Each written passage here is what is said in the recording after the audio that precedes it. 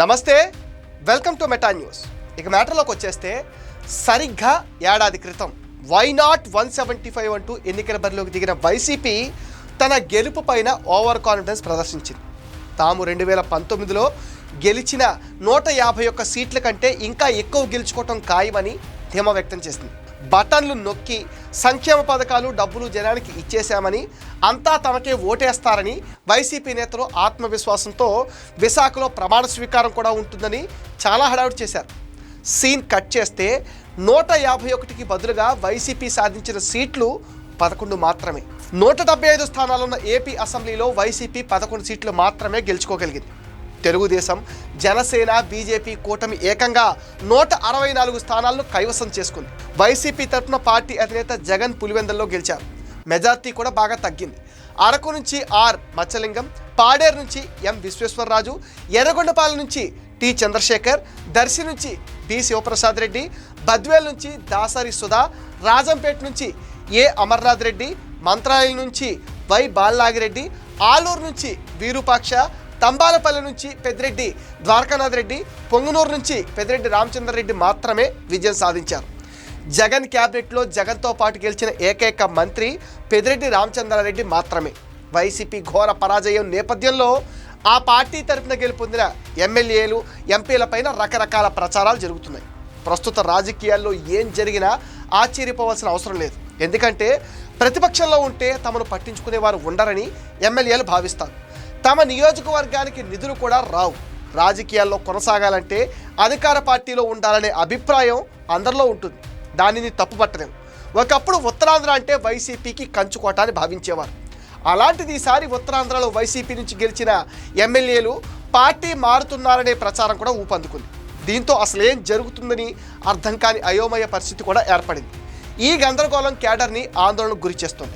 ఉత్తరాంధ్రలో పాడేరు నుంచి మత్స్యరాజు విశ్వేశ్వరరాజు, అరకులో మత్స్యలింగం వైసీపీ తరఫున గెలుపొందారు. మిగిలిన అన్ని అసెంబ్లీ, పార్లమెంట్ స్థానాల్లో కూటమి అభ్యర్థులే గెలుపొందిన సంగతి మనకు తెలిసిందే. ఈ నేపథ్యంలో గత కొంతకాలంగా ఈ ఇద్దరు ఎమ్మెల్యేలు పార్టీ మార్పు పైన మీడియాలో రకరకాల కథనాలు అయితే వస్తున్నాయి. అరకులో వైసీపీ అభ్యర్థి రేగం మత్స్యలింగం 31,877 ఓట్ల మెజార్టీతో బీజేపీ నాయకుడు పాంగి రాజారావుపై గెలుపొందారు.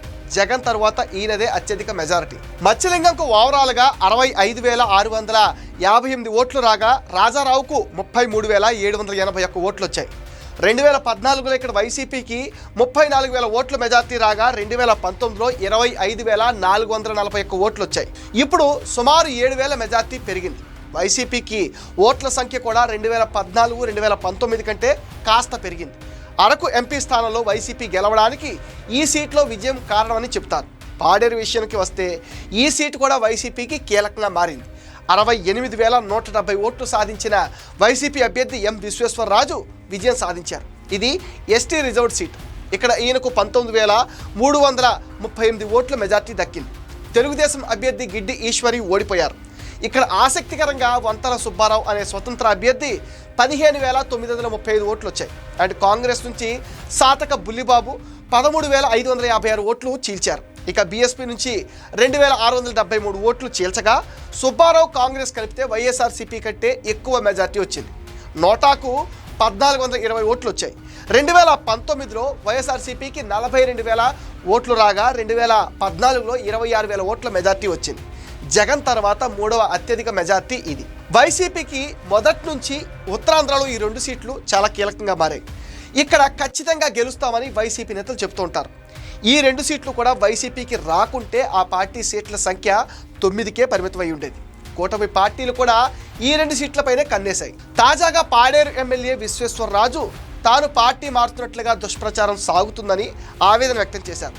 ఎట్టి పరిస్థితుల్లోనూ వైసీపీని వీడేది లేదన్నారు. ఒకవేళ వైసీపీని వీడితే తనకు పుట్టగతులు ఉండవని ఆయన అన్నారు.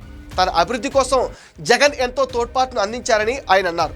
ఊపిరి ఉన్నంత వరకు వైఎస్ జగన్తోనే రాజకీయ ప్రయాణం సాగిస్తానని ఆయన తేల్చి చెప్పారు. సిట్టింగ్ ఎమ్మెల్యే భాగ్యలక్ష్మిని పక్కన పెట్టి ఈసారి ఎమ్మెల్యే అభ్యర్థిగా మత్స్యరస విశ్వేశ్వరరాజును జగన్ బరిలోకి దింపారు. ఆయనకు సీనియర్ వైసీపీ నేతలు సహకరించినప్పటికీ నియోజకవర్గంలో వైసీపీకి ఉన్న బలం నేపథ్యంలో ఆయన విజయం సాధించారు. తొలి ప్రయత్నంలోనే విశ్వేశ్వరరాజు ఎమ్మెల్యేగా విజయం సాధించారు. అయితే పార్టీలో గ్రూప్ వార్ ఉందని అంటున్నారు. 2019 ఎన్నికల్లో గిడ్డి ఈశ్వరి పోటీ చేసినప్పుడు 26,349 ఓట్లు రాగా ఈ ఎన్నికల్లో 47,688 ఓట్లు సాధించారు. అంటే గత ఎన్నికలతో పోలిస్తే 21,119 ఓట్లు టీడీపీకి అధికంగా వచ్చాయి. అరకు నియోజకవర్గంలో 6 మండలాల్లో మొత్తం 2,45,489 మంది ఓటర్లు ఉండగా 1,74,588 ఓట్లు పోలయ్యాయి. మత్స్యలింగంకు 64,848 ఓట్లు వచ్చాయి. అండ్ మత్స్యలింగం కూడా పార్టీ మారతారనే ప్రచారం గత కొంతకాలంగా సాగుతుంది. ఆయన కూడా అలాంటిదేం లేదని ఖండిస్తున్నారు. రాజకీయాల్లో ఇలాంటి మాటలు ప్రజాప్రతినిధుల నుంచి రావటం సాధారణమే. కానీ పరిస్థితులు ఎల్లకాలం ఒకేలా ఉండవు. వైసీపీకి ఉన్న ఈ ఇద్దరు ఎమ్మెల్యేలు పార్టీ మారితే ఉత్తరాంధ్రలో వైసీపీ అడ్రస్ గల్లంతవటం ఖాయం అంటున్నారు. అరకు ఎంపీ డాక్టర్ తనూజారాణి తప్ప ఆ పార్టీకి ప్రతినిధులే కరువవుతారు. ప్రస్తుతానికైతే పార్టీ మారడం లేదని చెప్పినా రాబోయే రోజుల్లో ఏదైనా జరగవచ్చు అంటున్నారు. భవిష్యత్తులో ఏం జరుగుతుందో చెప్పలేమని రాజకీయ విశ్లేషకులు కూడా చెప్తున్నారు. ఇది మెటా న్యూస్ అప్డేట్. ఈ వీడియో పైన మీ విలువైన ఒపీనియన్ని కామెంట్ సెక్షన్లో పోస్ట్ చేయండి. మీరిచ్చే కామెంట్స్తో మరిన్ని ఇంట్రెస్టింగ్ వీడియోస్ మీకు అందిస్తాం. అండ్ మీరేం చేయాలో మీకు తెలుసుగా ఈ వీడియోస్ని లైక్ చేయండి, షేర్ చేయండి, మెటా న్యూస్ని సపోర్ట్ చేయండి, సబ్స్క్రైబ్ చేయండి.